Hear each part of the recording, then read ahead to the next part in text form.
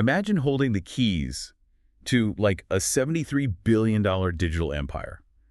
I mean, you are partnering with absolute financial titans, Visa, BlackRock, and you just posted a 141% earnings improvement in a single quarter. You would think the executives at a company like that would be, I don't know, popping champagne and taking a massive victory lap. Right. Absolutely. I mean, you'd expect them to be thrilled. Right. But instead, those exact same executives are aggressively dumping their own stock, and shares are down over 60% from their high. So today we are unpacking what has to be the ultimate Wall Street paradox. It really is one of the most fascinating contradictions in the market right now, because you have this incredible headline growth just colliding head-on with some very grim internal realities. Okay, so let's unpack this. We're looking at an equity research report on Circle Internet Group. They trade under the ticker CRCL. And for those who don't know, this is the company behind USDC, which is a massive digital stablecoin pegged to the US dollar. Right, exactly, the digital dollar. Yeah. And our mission today is to help you, the listener, untangle how a company sitting on $73.3 billion in circulating assets, a company that literally just crushed its Q2 earnings estimates, can be facing such an existential crisis.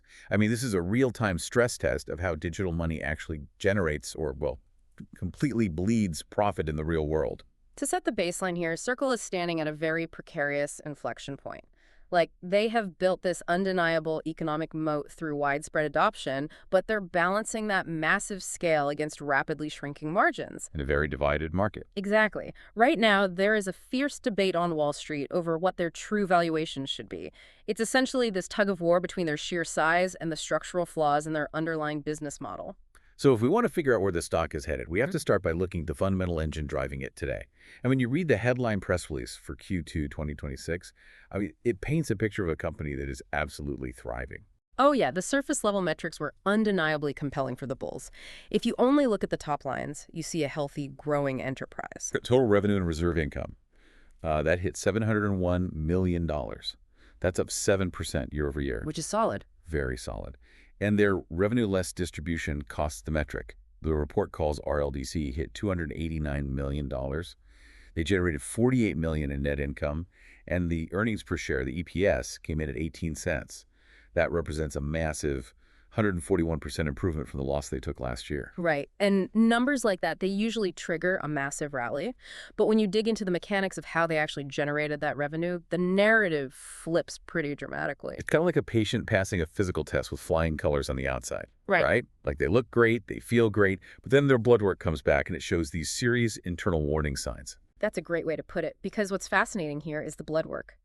Their adjusted EBITDA margin, which is basically a measure of their core operating profitability before accounting adjustments, actually shrank by over 3%. Wow. Yeah, it compressed by 329 basis points down to 50%. But the real issue, like the structural crack in the foundation, is their reserve return rate. Okay, let's clearly define what that reserve return rate is for you listening. Because I think a lot of people assume stablecoin companies make money by, charging transaction fees when you send USDC to someone else, like Venmo or something. Yeah, and that is a very common misconception. The way a stablecoin issuer like Circle primarily makes money is on the float. The float, okay. Right, so when a user or an institution gives Circle a physical US dollar, Circle mints a digital USDC token and gives it to them. But Circle takes that physical dollar and invests it in safe, yield-bearing assets, mostly short-term US treasuries. Right, they aren't just putting it in a digital vault. Exactly. And Circle gets to keep the interest earned on those massive reserves. That yield is the reserve return rate. It is their core revenue engine. So they're basically operating like a bank that doesn't lend out money, but just parks deposits in government bonds and collects the yield. Yeah. What actually happened to that engine in Q2? Well, the reserve return rate dropped 66 basis points down to 3.5%. And this is the critical vulnerability in their entire business model. Their absolute largest revenue source is entirely dependent on the macroeconomic environment. Specifically, the Federal Reserve. Exactly. When the Fed cuts interest rates, the yield on short-term treasuries drops, and Circle's ability to print money off their reserves drops right along with it. Which means this blowout quarter was less about technological innovation and more about Well, coasting on a macroeconomic tailwind. It's like a car driving down a steep hill. They're moving really fast and hitting great top speeds, but it's just gravity doing the work. Right, the engine itself is actually sputtering. Yeah, and you can see that when you zoom out to the trailing 12-month metrics, over the last year, their net margins remain negative at negative 2.76%. Yeah. So cumulatively, over a longer time horizon, the profitability is still incredibly weak. Exactly. As the window of high interest rates begins to close, the structural flaws in their profit model are really laid bare. They have high fixed costs and a revenue stream that is dictated by central bank policy rather than, their own product pricing. So if the interest rate engine is sputtering out, your first instinct is probably to look at their sheer size as a safety net. I mean, they have $73.3 billion in circulation, which is up 19% year over year. It's massive. Right. They are the second largest dollar-backed stablecoin on the planet. Right. And they aren't just serving retail crypto traders. They have 175 major financial institutions using their network. We are talking about deep integration with giants like BNY, Standard Chartered, and Visa. Yeah, the adoption is real. So with that much global adoption, doesn't that massive scale protect them? Like, how can you be struggling when you process that much volume for the biggest credit card networks in the world? This is where we have to separate the concept of a great product from a great business. Yeah. USDC is undeniably a fantastic, widely adopted product. But maintaining that massive scale is becoming painfully expensive. How so? The equity report highlights a dynamic that JP Morgan described as a prisoner's dilemma playing out right now between Circle and its main distributor, Coinbase. A prisoner's dilemma. Okay, so we're talking game theory. How does that apply to stablecoins? Well, in a classic prisoner's dilemma, two parties acting in their own self-interest end up creating a worse outcome for both of them, right? Right. In this scenario, both Circle and Coinbase are heavily incentivized to grow the total supply of USDC. But to get people to actually use it, to get platforms to prioritize it over a competitor like Tether, they have to pay out distribution incentive. I see. Yeah, they essentially have to subsidize the market, paying exchanges or platforms a cut of the yield to incentivize them to hold and offer USDC. So it's less of an untouchable utility and more like a massive packed nightclub. The owners might have a line around the block, but they are actually losing money because they have to constantly hand out free drink vouchers just to keep the patrons from walking across the street to a rival club. That is a perfect analogy. The volume is huge, but the cost of keeping everyone in the room is bleeding their profitability. They are trapped in an escalating war of distribution costs, and the threat isn't just coming from rival crypto companies anymore. Right, because traditional finance TradFi is waking up to this opportunity. Exactly. And they are coming directly for Circle's core business. The report specifically mentions BlackRock launching 2 blockchain-based money market products. Which is a huge deal. Oh, it's a direct existential threat to Circle's reserve income model. Think about it from an institutional investor's perspective. If you want digital yield, why would you hold USDC where Circle keeps the interest earned on the underlying treasuries when you can hold a tokenized BlackRock fund and keep the yield for yourself? Right, BlackRock is essentially just cutting out the middleman. Precisely. Furthermore, there is a new framework emerging in the industry called OpenUSD. I've seen some headlines about that. Yeah, so this is a stablecoin model built around shared governance and shared reserve economics. Instead of a closed system where one company hoards the interest, it's a shared framework where everyone plugging into the network gets a slice of the pie. It fundamentally forces Circle to share their revenue if they want to stay integrated with the broader ecosystem. So their interest rates are falling due to the Fed. Their partners like Coinbase are demanding higher distribution payouts to maintain market share. And the biggest asset managers in the world are launching direct yield-bearing competitors. That is a brutal combination of headwinds. It is a war of attrition on their profit margins from every conceivable angle. Which naturally leads us to how the broader market is interpreting all of this. Because when a core business model is under this kind of multi-front attack, you want to see how investors are pricing in the threat. And the data from the report reveals a market that is just completely violently split in half. Oh, the current chart is incredibly pushing. It really is. Trading around $63 a share, CRCL is down a staggering 61.62% from its August 2025 peak, which was up near $190. And the beta is sitting at 2.38. Right, and we should clarify that. Yeah, when we say the beta is 2.38, we have to look at the baseline. A beta of 1 means the stock moves roughly in tandem with the S&P 500. At 2.38, Circle is moving almost 2.5 times as violently as the broader market. It is incredibly volatile. And the big banks are practically throwing in the towel. Morgan Stanley slashed their price target from $106 all the way down to $38. And importantly, they downgraded the stock to underweight. Their analysts specifically cited the exact headwinds we just discussed, slower USDC growth forecasts, and the intense pressure on that reserve income. Mizuho followed suit, maintaining an underperform rating on the stock as well. But the most glaring red flag to me, and this is something anyone looking at a stock should constantly monitor, is what the insiders are doing. Yes. The executives, the board members, the people who see the internal dashboard every single day. Over the last 90 days, the net insider selling was over 2 million shares. We are looking at 158 individual sell transactions versus only 30 buy transactions. That is heavy cluster selling. When insiders are overwhelmingly hitting the sell button while their own stock is already down over 60%, it is an incredibly strong negative governance signal. Absolutely. It implies that the people closest to the data do not believe a near-term recovery is imminent. But I mentioned a contradiction earlier, and here's where the story twists. Amidst all this insider dumping and amidst Morgan Stanley slashing targets to $38, one of the most famous growth investors in the world stepped in. ARK Invest, led by Cathie Wood, bought nearly $10 million worth of CRCL shares on the dip. And according to Forecast News, there's actually still a $140 bull target floating around on Wall Street. It's just a massive dichotomy. You have a $38 bear target and a $140 bull target on the exact same company.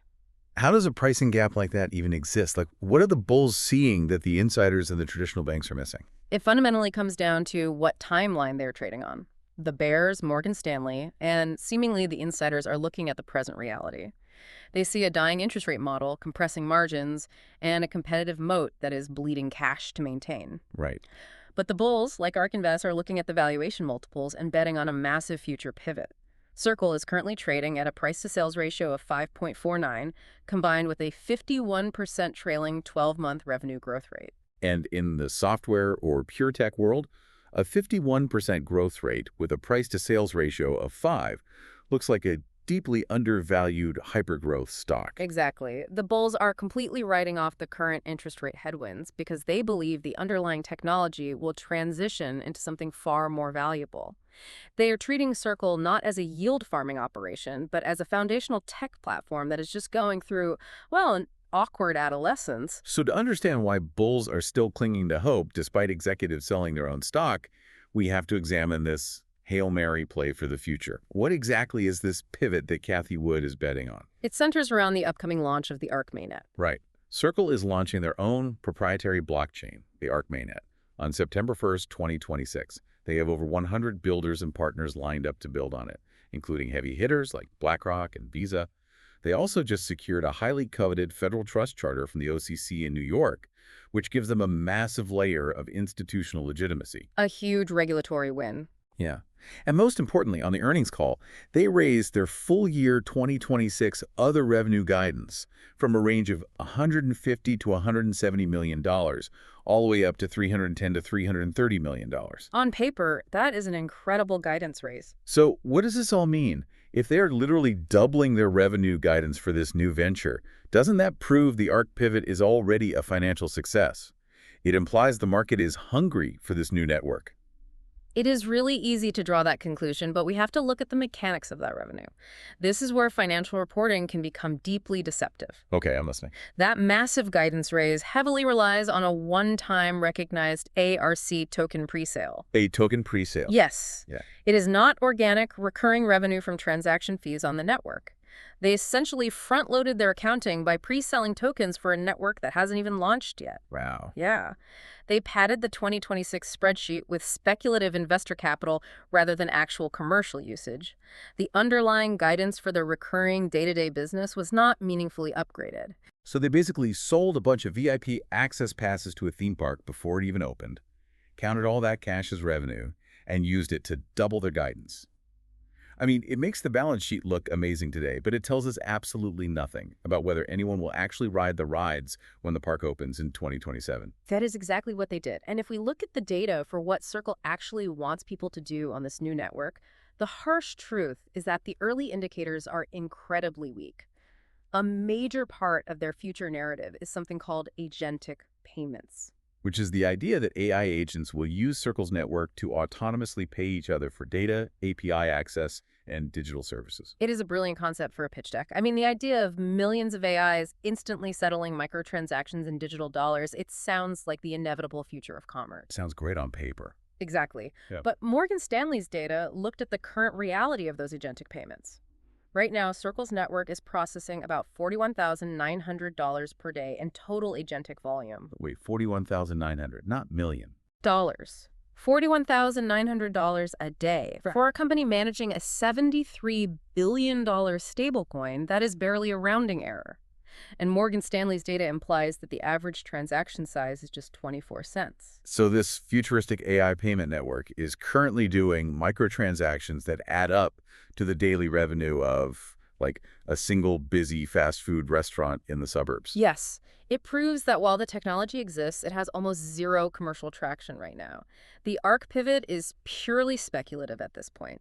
And to compound the problem, Circle was banking on a regulatory lifeline that is rapidly slipping away. You're talking about the Clarity Act. I am. The Clarity Act is proposed legislation that would provide a clear regulatory framework for stablecoins, which would significantly de-risk Circle's operations. Right. But according to the report, the odds of that legislation passing have fallen to 27%. And stating that purely as an analytical fact regarding their business environment, the fading odds mean the regulatory clarity they desperately need is not coming to save their margins anytime soon. That paints a very difficult picture for the bulls.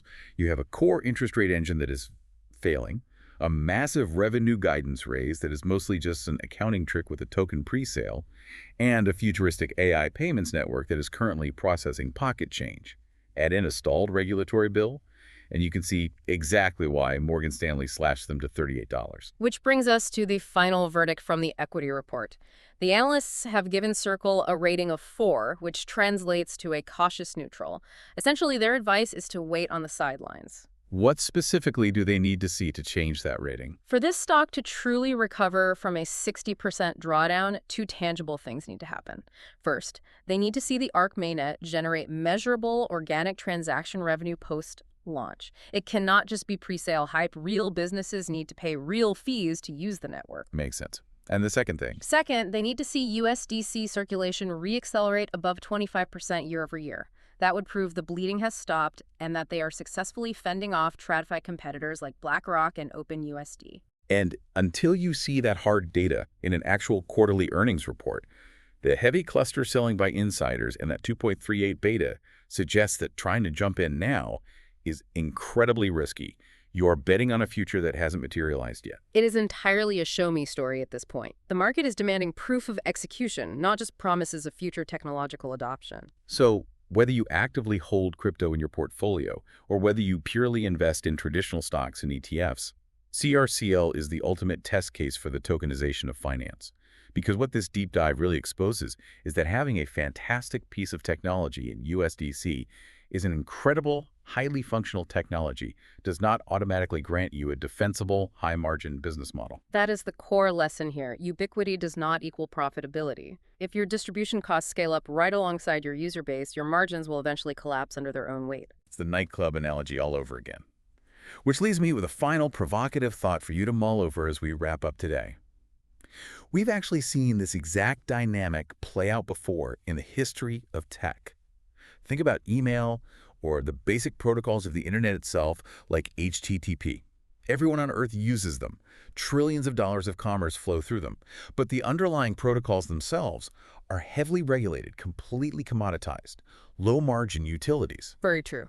If stablecoins ultimately go down that same path, if they just become the low-margin utility pipes that power the internet of money, who will actually capture the financial value of the digital dollar in the decade to come?